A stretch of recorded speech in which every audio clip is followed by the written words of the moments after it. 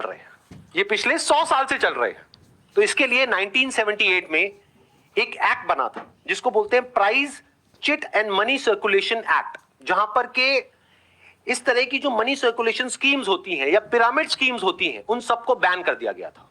मतलब क्या कि अगर आप एक कंपनी खोलते हो और किसी से पैसा लेते हो, फॉर एग्जांपल मैंने एक कंपनी खोली, वहां पे मैंने आपसे 1 लाख रुपए लिया और आपको बोला कि आप आगे किसी को ज्वाइन करा दो, तो जब आपने किसी को आगे ज्वाइन कराया, अपने फ्रेंड को, रिलेटिव को, किसी को भी और कैसे भी, तो उसमें आपको कितना मिला?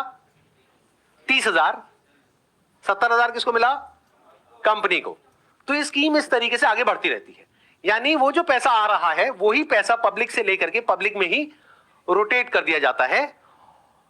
और एक ऐसा पॉइंट आता है जब जाकर के पूरा का पूरा जो पिरामिड है ये कोलैप्स कर जाता है। तो यहां पर जो लोग टॉप पे बैठे होते हैं वो तो पैसा कमा लेते हैं, बट जो बॉटम ऑफ द पिरामिड है उन सबका पैसा डूब जाता है। और फिर या तो ये कंपनीज बंद हो जाती हैं या भाग जाती हैं पैसा लेकर के। पास्ट में ऐसा बहुत कंपनीज ने किया है, उसमें से बहुत सारी कंपनीज के जो ओनर्स है वो आज जेल में है। तो ये एक प्रॉपर स्कैम है जिसको गवर्नमेंट ने बैन किया हुआ है। फिर सवाल उठता है कि जब ये बैन है तो लोग कैसे कर रहे हैं? देखो, ध्यान से सुनो, ध्यान से समझो। आपसे अगर मैं पैसा लेता हूं और आपको बदले में कुछ नहीं देता हूं तो वो तो इलीगल है।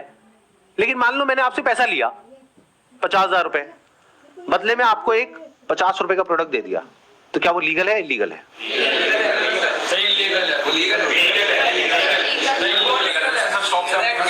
हो गए ना कंफ्यूज?